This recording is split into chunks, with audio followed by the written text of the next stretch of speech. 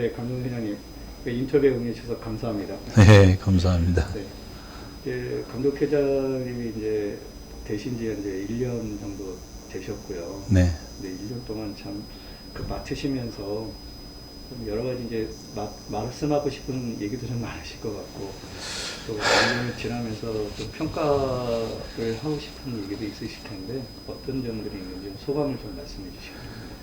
그 1년은 너무 정신없이 지나갔지요. 이제 상황 파악도 해야 되고 어떻게 변화해야 될지도 정해야 되고 또 여론도 들어야 되고 앞으로 이제 감리교 감독회장은 영적 그 책임자이지만 또 행정적인 책임도 있으니까 또 여러 가지 갈등이 있는 문제도 이해를 해야만 이제 처방이 나오니까 지난 1년은 너무 바빴고요. 정신이 없이 지나온 것 같아요. 언제 자는지 언제 일어나는지 그거를 생각 못할 만큼 정신이 없었고 더구나 입법을 1년 앞두고 있기 때문에 입법을 어떻게 해야 될 거냐 하는 문제도 굉장히 어려워서 참 힘들었는데 다행히 입법을 잘 마칠 수 있었고 또 변화에 대해서 감리교인들이 아주 긍정적으로 적극적으로 받아주셔서 한편으로는 바쁘고 정신이 없었지만은 암담한 때가 있었지만은 그러나 입법을 통해서 잘 정리해 주신 이제 감리교회 모든 식구분들에게 감사하죠. 네. 이제 말씀하신 내용 중에 예. 암담했다라는 말씀이 참 제가 1년 동안 감독회장님께서 많이 들었던 것 같습니다. 어려웠다, 정말 살림 어렵다 이런 얘기도 많이 들었던 것 같은데요. 예. 이렇게 진짜 감독회장님 되시면서 이렇게 이제 살림살이를 들여다 보셨잖아요. 네. 그리고 또 감리교회가 또 다른 교단과의 이런 처지를 비교도 하셨을 거고. 그렇습니다. 네. 그 어떤 상황인지 이번 기회에 좀 자세히 좀 말씀해 주셨으면 좋겠습니다. 이제 감리교회를 생각하면 많은 분들이 옛날을 생각하시는 것 같아요.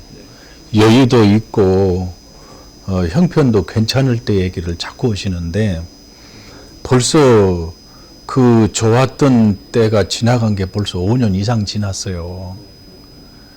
아마 그 전에도 그렇게 편치는 않았을 거라고 보는데 그 상황이라는 것도 이제 감독회장으로 들어와 보니 본부 상황은 사실 더 어렵습니다.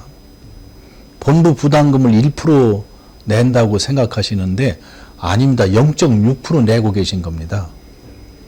20%는 응급 부담금으로 넘어가고 20%는 연회로 분할하는 나눠주는 대로 가기 때문에 실제 본부에서 사용하는 자금은 0.6%밖에 안 됩니다. 그런데다가 이제 본부에서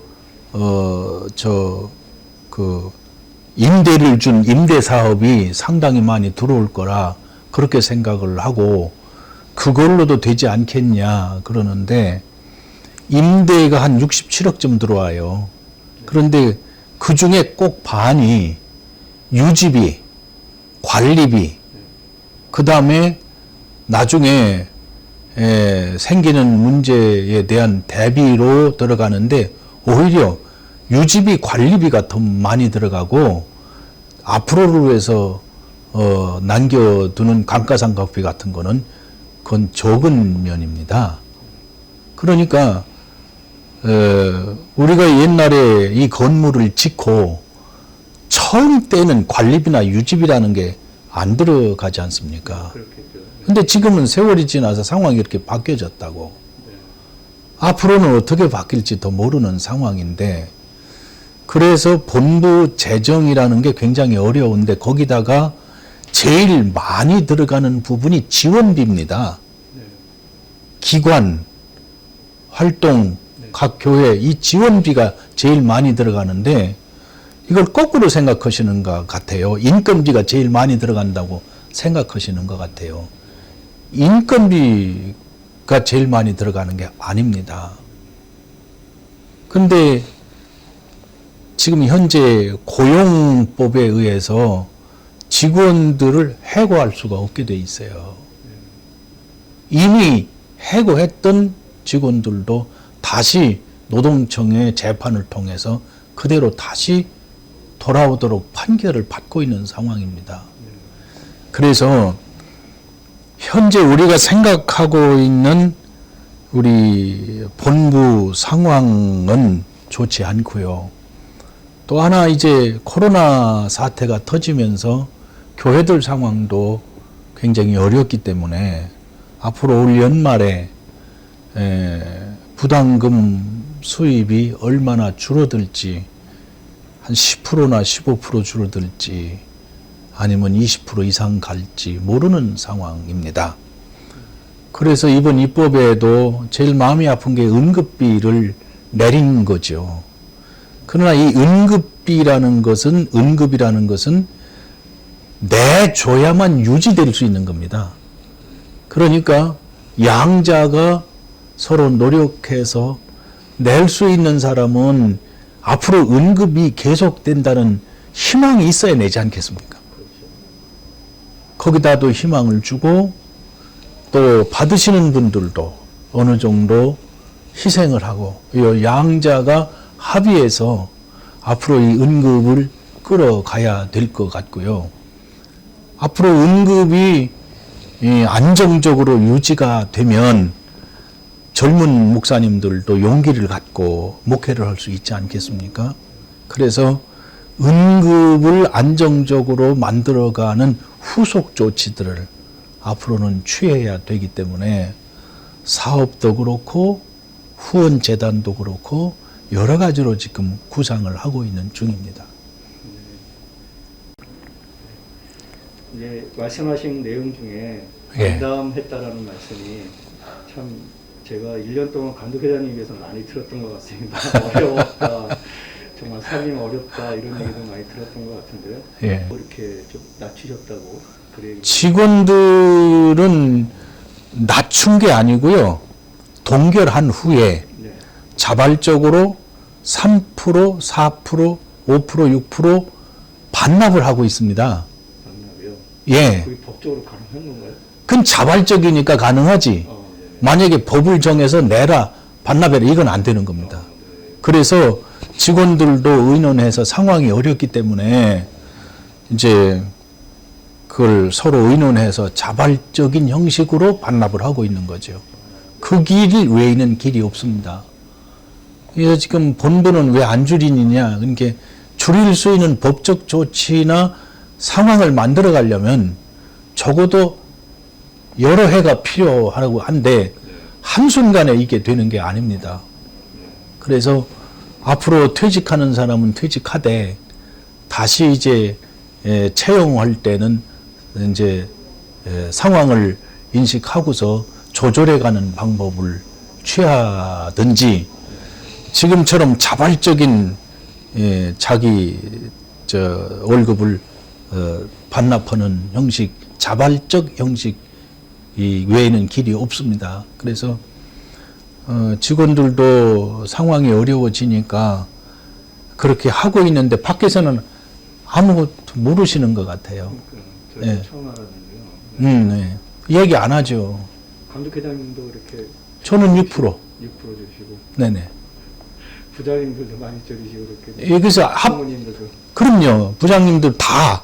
그래서 아예 받은 다음에 내는 게 아니고 합의를 했기 때문에 아예 처음에 자르고 줍니다. 그런 과정이 있었네요. 그럼요. 네. 그럼 저희 처음 들었던 것 같아서 그러십니다. 네네.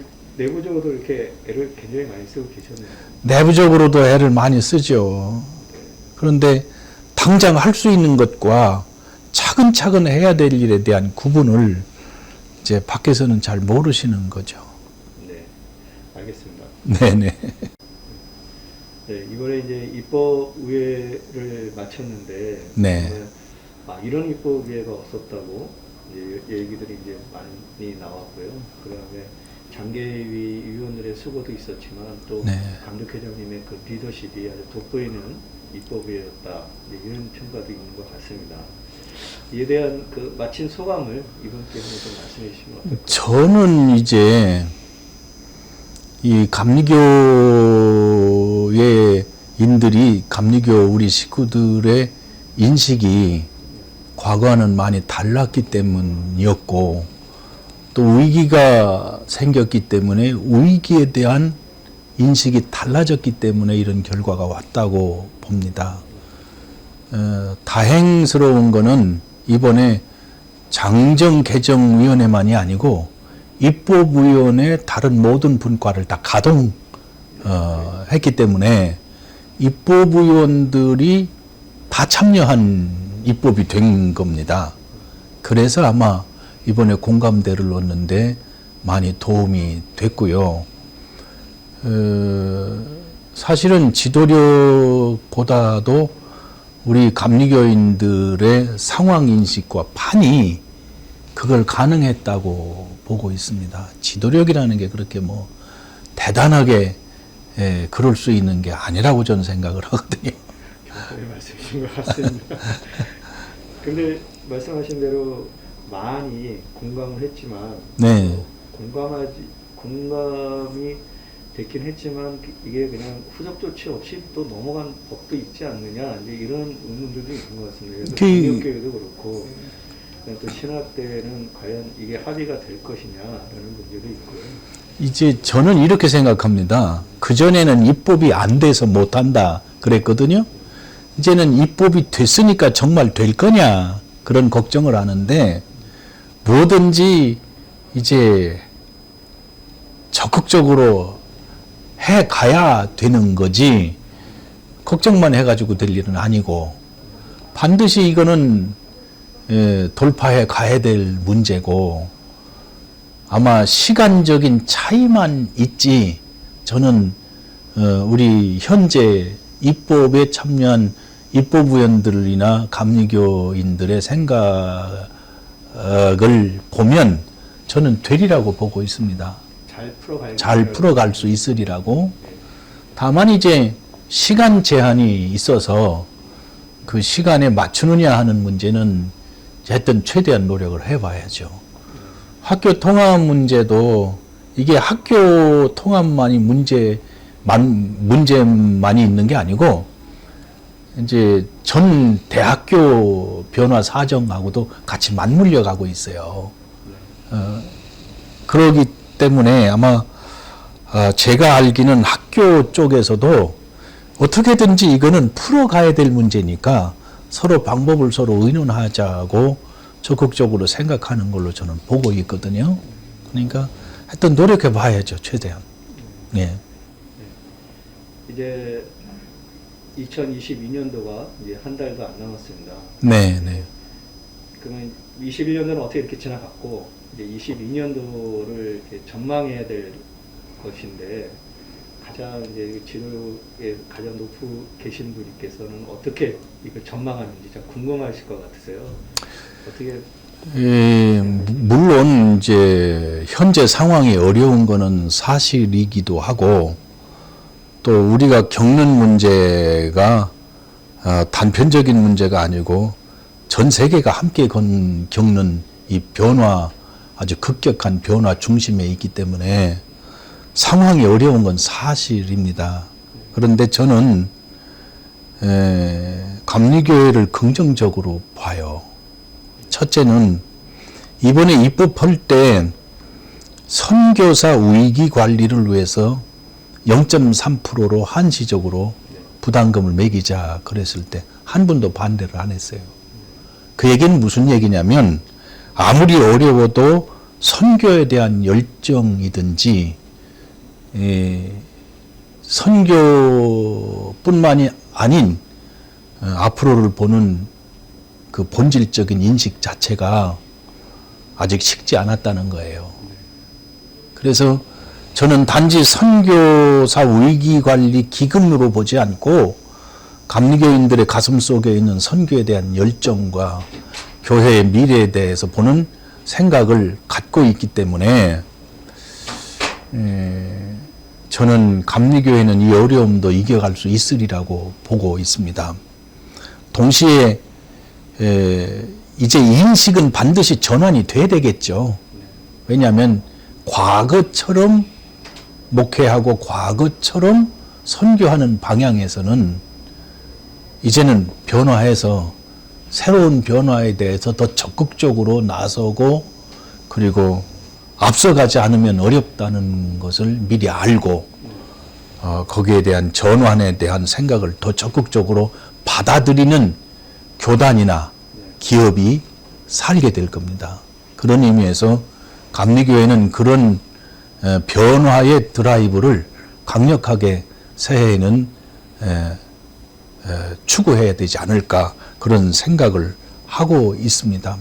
동시에 이제 비대면이고 이제 서로 멀어지는 상황이지만 그럼에도 더 만남에 대한 갈급함이든지 영성에 대한 갈급함이 강하기 때문에 비관적으로만 보지는 않습니다. 저는. 그리고 이 변화의 틈새에 감리교인들이 더 창조적으로 생각을 해 갈 수 있도록 노력한다면 우리 시대가 오지 않을까 싶은 생각이 들고요. 특별히 하나 더 감리교회는 다음 세대에게 굉장히 매력이 있는 교단입니다. 어른들보다는. 그런 의미에서 가능성이 있다고 보고 있습니다. 한 가지 좀 추가 질문인데, 그러면은 그 감리교회가 다른 교단과 이런 차별을 계속 지금 말씀을 하시는데 어떤 점이 좀 그렇게 차별적인지.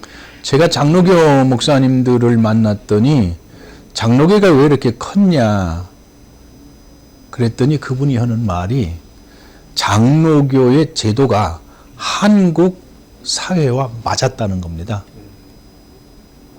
그는 가부장적인 사회 구조와 맞는 것이 장로교였다 이렇게 답을 하더라고요. 아, 그렇다면 우리는 감리교회는 좀 더 민주적이었거든요. 그러면 제가 그 자리에서 그렇다면 감리교회는 앞으로는 우리가 더 유리할 것 같다. 그런 차이가 있나요? 네, 여러 면으로. 그리고 감리교회는 지금까지 교회를 옮기거나 어디를 이사 가시는 분한테 반드시 감리교회를 가라고 얘기한 적이 별로 없어요. 그만큼 포용력을 가지고 있던 교단이 감리교회인데 이번 아마 새로운 시대는 이 포용력이 있는 교단이 유리하다고 보고요. 대화가 가능한 교단이 돼야 되고 또 젊은 사람과 소통이 가능한 목회가 돼야 된다는 데 대해서는 감리교회가 상당히 유리하다고 봅니다. 그런 정체성을 잘 알고 있는 것도 장점이겠네요. 그렇습니다. 네네. 알겠습니다. 감사합니다. 자, 이제 그럼 2022년도에 감독회장님께서 생각하시는 가장 중점 두는 사업은 무엇인지요? 우선은 이제 선거제도가 바뀌었지 않습니까? 네. 선거제도가 바뀌고 선거권자가 바뀌었어요. 네. 그래서 아마 그것에 대해서 지금 준비를 잘 해야 되지 않겠나 하는 생각이 들고요. 또 앞으로 다음 세대를 위해서 감리교회나 복음에 대해서 설명할 때 역사를 통해서 설명해야 될 과제가 있다고 봅니다. 특별히 감리교회는 지금 감리교회에 소속된 학교가 70여 개가 될 만큼 한국 사회에서 제일 많은 사학을 가지고 있는 학교니까 그만큼 교육 사업에 성공적으로 일했던 교단이 감리교회입니다. 그리고 독립운동 때에 독립지사들이 제일 많은 교단이고 근현대 역사에서 사회사업도 지금 현재 태화복지관 같은 것도 제1호입니다. 복지 사업에. 네. 그러니까 여성, 복지, 또 교육, 의료 이런 측면에서 계몽운동, 독립운동 그리고 근현대사의 좀 그 넓은 그 포용력을 가진 교단으로 살아왔던 우리의 얘기를 이제는 역사로서도 남겨야 되고 해야 될 과제가 앞으로 후세대에게 우리 감리교회의 일을 남기기 위해서 역사 사업도 필요하다고 봅니다. 내년이 아펜젤로 선교사님 순직 120주년이 돼요. 예, 최초 해외 선교사로 파송된 홍승화 선교사님의 파송 120주년이 되기도 하고, 그 다음에 여성이든지 어려운 사람들에게 참 정말 큰 업적을 세운 스크랜턴 기념 사업도 다시 회복해야 될 입장이고요. 그리고 이제 씨를 만드신 셔우드 홀 선교사님 얘기든지 다 감리교 선교사님입니다. 김상옥 의사든지 이준 열사든지 전저 또 유관순 뭐 말로 다 할 수가 없습니다. 그거를 살려내야 되고요. 그리고 이제 10월 달에 또 총회도 있기 때문에 내년은 정말 정신없이 바쁜 한 해를 또 보내야 될 것 같습니다. 알겠습니다. 자, 이제 2022년도를 이제 맞이할 우리 이제 감리교인들을 위해서 마지막으로 해주실 하는 메시지를 좀 해주신다면 뭐가 있겠습니까? 본래부터 기독교인은 암만 어려워도 더 이상 안 된다, 끝났다, 아니면 할 수 없다 이렇게 말하는 신앙이 아닙니다. 가장 어려운 곳에서도 예수님의 십자가에서도 다 이루었다 하셨고, 또 언제든지 믿음으로 이겨냈고 희망을 얘기하던 종교가 기독교인데, 이 어려울 때 교인들마저 의기소침해 가지고 절망에 합류하고 포기하는데 합류하는 정신을 갖는다는 것은 저는 안 된다고 봅니다. 오히려 어둡기 때문에 빛을 향해 가야 되고, 오히려 어렵기 때문에 믿음으로 승리한다는 것을 선언하고 그렇게 믿음으로 살아야만 합니다.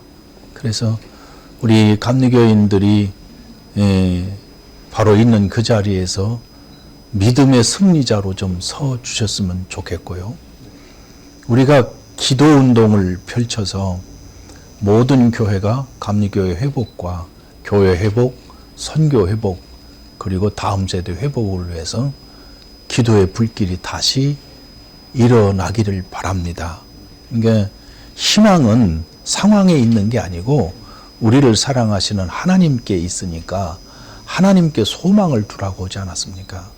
네. 그러므로 우리 성도들이 이 어려운 때일수록 별처럼 빛나는 소망과 믿음의 사람으로 굳건히 서고 사는 동안에는 사랑의 열매를 많이 맺기를 바랍니다. 감사합니다. 네, 감사합니다.